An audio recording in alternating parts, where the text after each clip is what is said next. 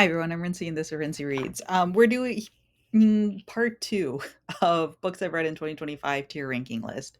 I will link to part one in case you missed it, but I ran out of time slash space to do this, and so I just like stopped the recording abruptly so that way I could like stop at a good point, like I finished talking about a book, and now we're picking it back up with the rest of the books, and hopefully I can finish with this list this time around. So let's just jump into it. Soil, the story of a Black mother's garden. That's over here. This book cover is absolutely gorgeous.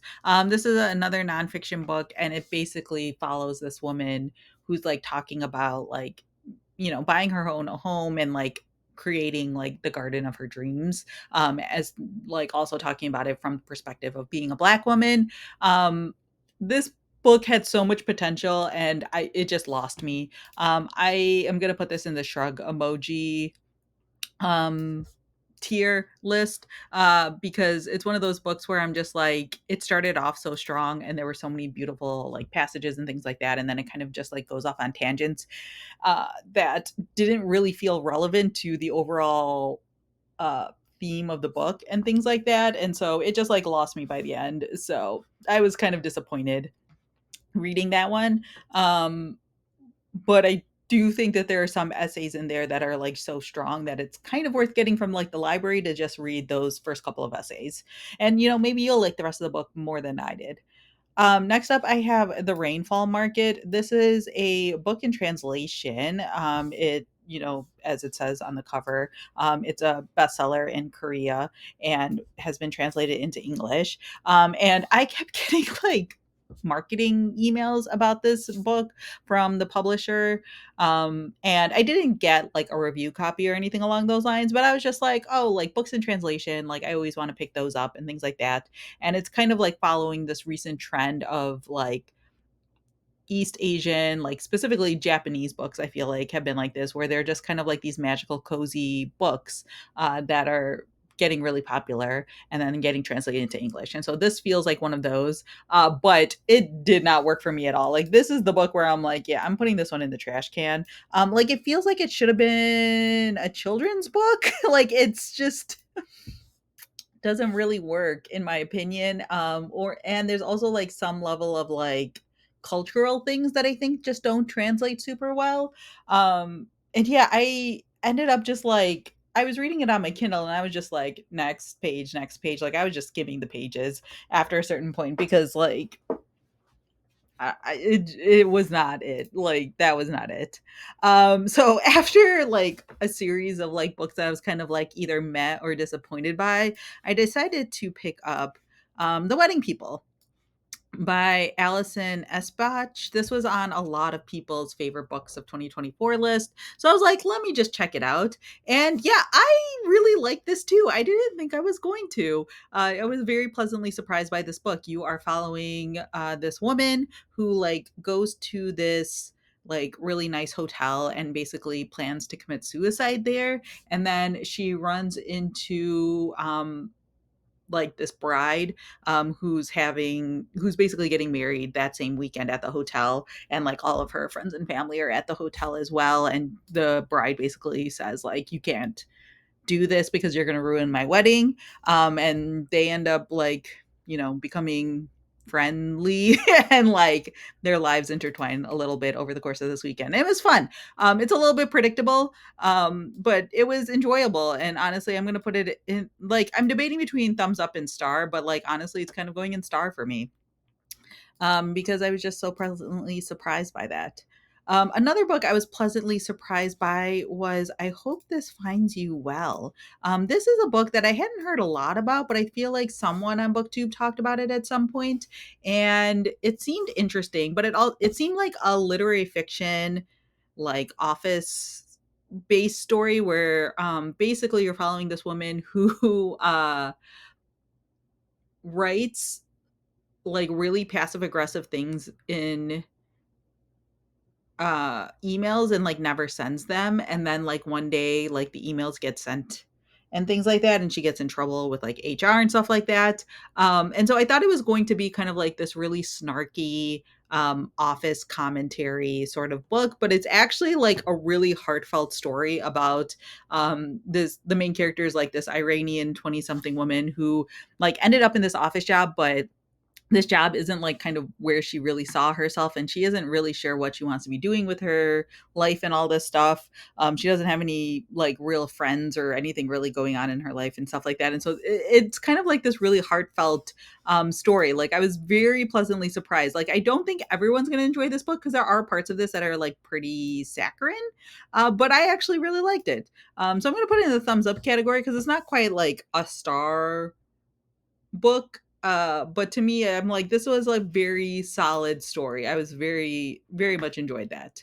um Next up, the book that I have people have been very surprised I haven't read yet for so long, Covenant of Water by Abraham Verghese. I feel like I'm the last Malayali in the world to read this book. I know I'm not, but it feels like it.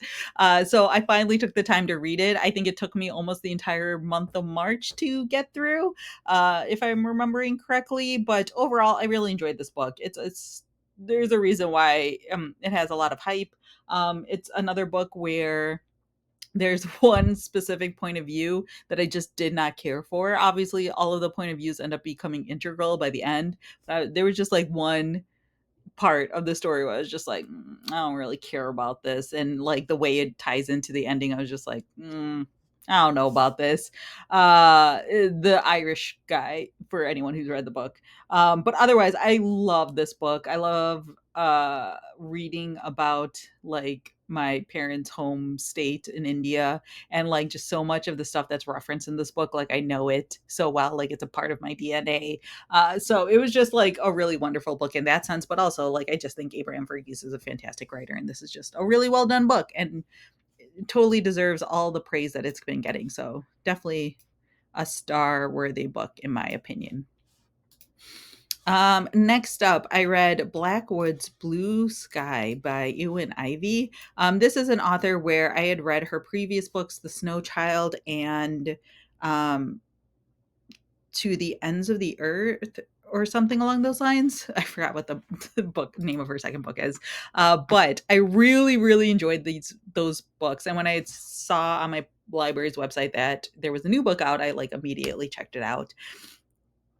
All of her books take place in Alaska, and in this one, you are following this woman who is basically raising a daughter on her own, and she's honestly not a great mother, and she ends up like kind of getting involved with a man um who is kind of a loner, and there's just like some like weirdness going on there. And like overall this book is like very beautifully written. Ewan Ivy like does atmosphere like so well, but I was getting like so pissed off, and I think this is where like new mother hormones that we're doing it, because I was just getting so pissed at this mother who was doing such a bad job of taking care of her child. Like she just becomes so neglectful of her, and it was like literally like driving me crazy that I wanted to like punch this mom basically. So yeah, it's a good book. It's definitely going in the thumbs up. It's probably like my third favorite out of the three that I've read from the author, but it's still like very atmospheric. It's fun to read books that are set in Alaska. But yeah, just the mom character just really ticked me off.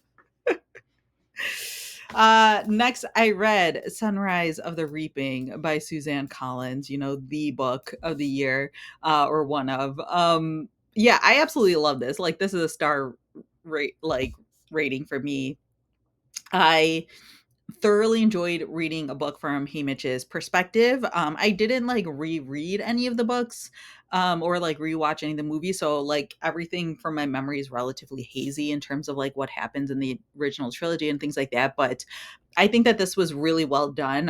One of the things about like that I saw as being like a problem with this book was like it's very obvious like Haymitch wins the Hunger Games. So you kind of lose like that level of tension of like what's going to happen to a certain degree. But it's less about that and more about like sort of what happens to Haymitch to turn him into the Haymitch that you see in the original Hunger Games series. And like, boy, those like last few chapters.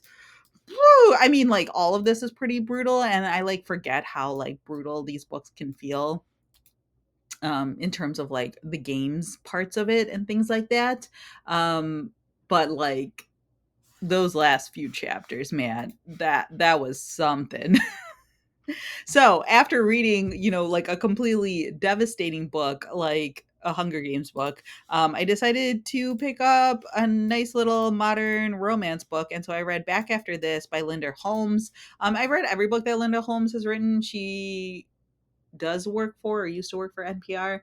And I really enjoy like her like rom-com books because they feel like they have a little bit more meat to them in my opinion than like other modern rom-coms books. And yeah, I like this one. Like this one felt the most like a typical romance book than like some of her other ones. But it's really fun. You are following this woman who basically like ran a podcast with her boyfriend, and then when they broke up he like took over the podcast even though she was doing like a lot of the work. But he was kind of like the face of it and things like that, and like he gets a lot of the credit for the podcast and all this stuff even though she was such an integral part of producing it. And then she like ends up joining this like podcast network, and she has to work this like new podcast with like an influencer, and like the way the influencer stuff is handled I thought was honestly like very like nuanced and well done. Like there's a lot of like backstory that Linda Holmes gives to the influencer character that was kind of surprising and like very like thoughtful as opposed to turning to her into a caricature, which I really enjoyed and I honestly thought was like just really smart. So yeah, like if you are a person who enjoys like contemporary romance books, I feel like that's a really solid one to pick up. Then I picked up Everything is Tuberculosis by John Green. This is his latest nonfiction book that is about like the history of tuberculosis. And a lot of this is about how prevalent tuberculosis has been in history and also like why it should have been eradicated basically at this point and why it hasn't been. Yeah, it was good. I feel like this is a book that like I watch like Vlogbrothers videos and like vaguely pay attention to John Green and Hank Green on the internet. So I feel like I've been hearing a lot about tuberculosis because John talks about it all the time in his videos.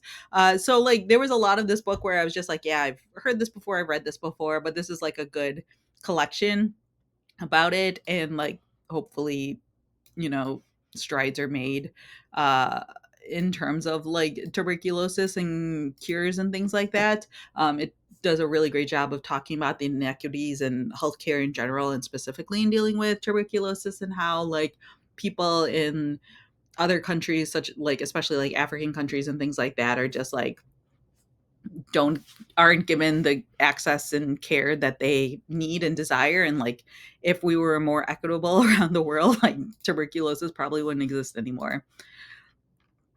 Okay, next I read this book Thunder Songs, which is a collection of essays, and like honestly I don't remember this book very well. This is a book that, according to Storygraph, is a collection of essays about what it means to be proudly queer Indigenous woman in the United States today. And like, I have a vague recollection of this book. Like, part of this is about like how the author is like in a punk band and does punk music and all that stuff, and what that looks like in being an Indigenous person, specifically an Indigenous woman, and like the role of like her Indigenous background playing with like art and music and what the new generations can look like and stuff like that. Like I remember enjoying this book, and like I gave it like a 3.75 rating, but like I have to put it in the shrug emoji Tier, it typically probably would have gotten a thumbs up, but I think it's going to be a shrug because I genuinely don't remember this book very strongly. So I feel like that says it all. Then I read Until Next Summer, by Allie Brady, which is a pseudonym for like these two women writers. And the authors of this book are like based are from Chicago, and like one of my friends had read this book. I was like, oh, this was just like a fun, cute book that I had to read for her book club. And I was like, okay, I'll check it out, because, they're also local authors and stuff like that. And it was fine. Like, this is one I'm definitely going to put in shrug emoji because, like, it follows, like, these two women who were, like, friends when they went to summer camp together. And then, like, that, like, something happened to them as they, like, grew up. And now you're following them as adults. And one of them, like, works at the camp, and the other and but the camp is like now shutting down, like the owners are selling the camp, and so they're doing this one last summer sort of thing where they're bringing back previous campers. They basically like open it up to adults and we're like, hey, if you attended this camp in the past, you're welcome to come back for this one last summer and stuff like that. And so like the friend like is returning and stuff like that, and so you're following like them, you're following this woman who now has to figure out what she has is going to do with her life and all this stuff now that the camp that she's been working at all her life is shutting down. And there's also romance in there as well. Like, it's not a bad book by any means. It's so like light and fluffy and predictable, and like it's good, it's okay. Like, I can't like heavily recommend it, but if you're someone who like really enjoys like contemporary romance stuff, then this would probably be up your alley. Then I read A Magical Girl Retires. This is a book that I feel like I was seeing a lot of people talk about earlier this year. Um, it's fine. This is probably also going to go in the shrug emoji category. It has clever things to say, but it's also like relatively short. Like, it's less than 200 pages, so it's like one of those books where it's like there could be more going on here, but because it's so short, it's not. You are following this woman who's in her 20s who's like in debt and lost her job, and so she decides that she is going to commit suicide. But then like there's this like woman who like suddenly appears and tells her that uh who suddenly appears and basically says she's looking for the greatest magical girl of all time. And like the phrase magical girl has to do with like these, like, think of like Sailor Moon type things where it's like there's a girl who has all these magical powers. And so the person says like the protagonist is like the girl she's been looking for this whole time, and then stuff happens. I thought like it was interesting because like the plot goes places that I wasn't really expecting. But yeah, again, I changed my mind. It's not going to be shrug emoji. It's going to be a thumbs up because it was solid for what it was. I think my problem is just that it's less than 200 pages, so it can only do so much, but it does do some interesting things with the plot and where it goes. So I'm going to give it some credit. I'm going to stop being so hard on these books. That one gets a thumbs up. Next, I read Decent People. This is a mystery book, and you are following, there's like a heavily like segregated town. The book takes place in like the 70s, I want to say, like 60s or 70s.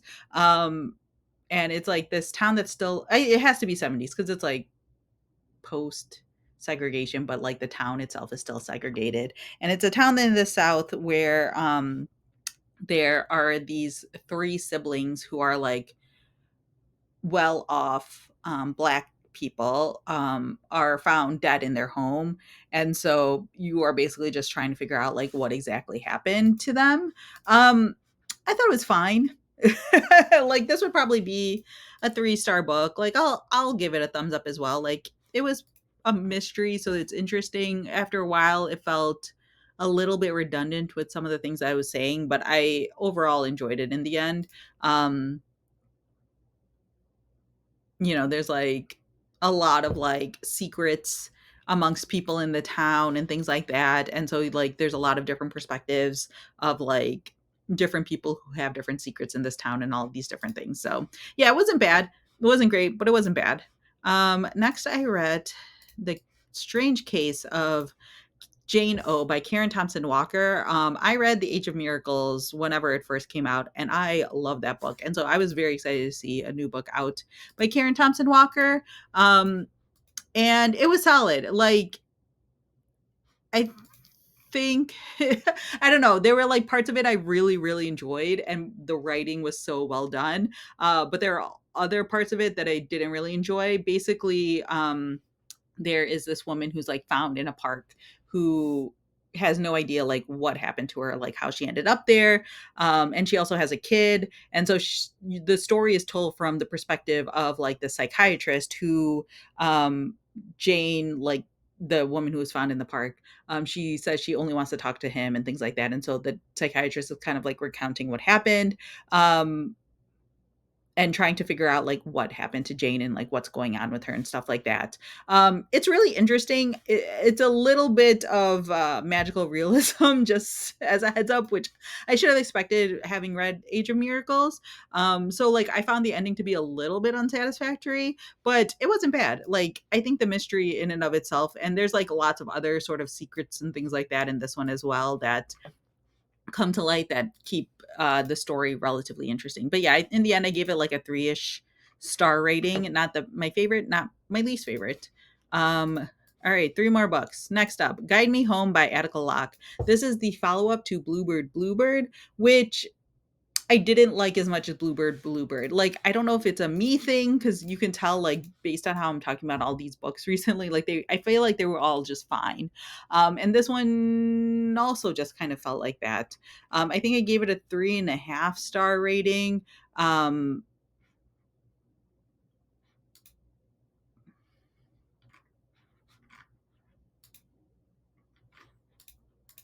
and it's like very much like a direct follow up. Like there are consequences in this book.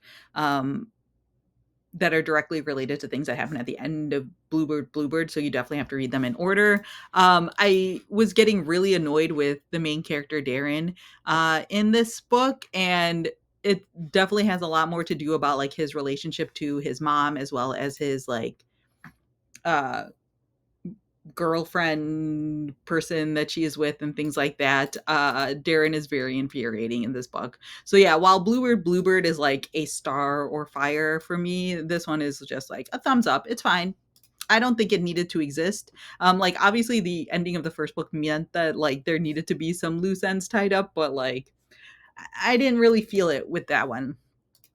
Then I listened to The River Has Roots. I had seen a lot of people talking about this one this year, and I was like looking for something to read slash listen to, and I decided to pick this one up. It's gonna get a thumbs up for me. Like I know a lot of people love, love, love this book. The main reason why this is not for me is because this is basically like a fairy tale, and I'm just not a fairy tale person.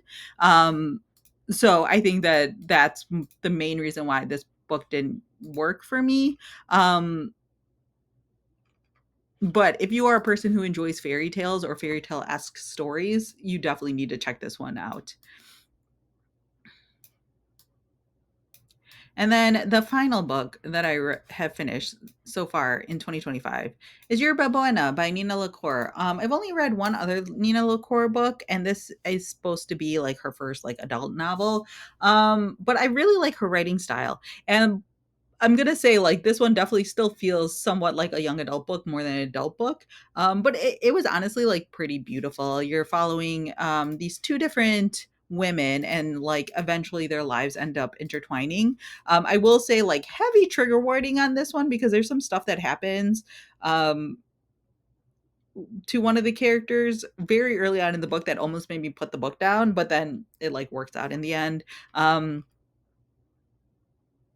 And yeah, it's just like a really like beautiful meditation on like life and growing up and grief and family and all of these other things that I just like really really enjoy, and it went to a lot of places that I wasn't really expecting. And like when you start off, you don't really know like how these two characters are gonna connect to each other eventually, but it works really well honestly in my opinion, and I'm gonna give it a star rating.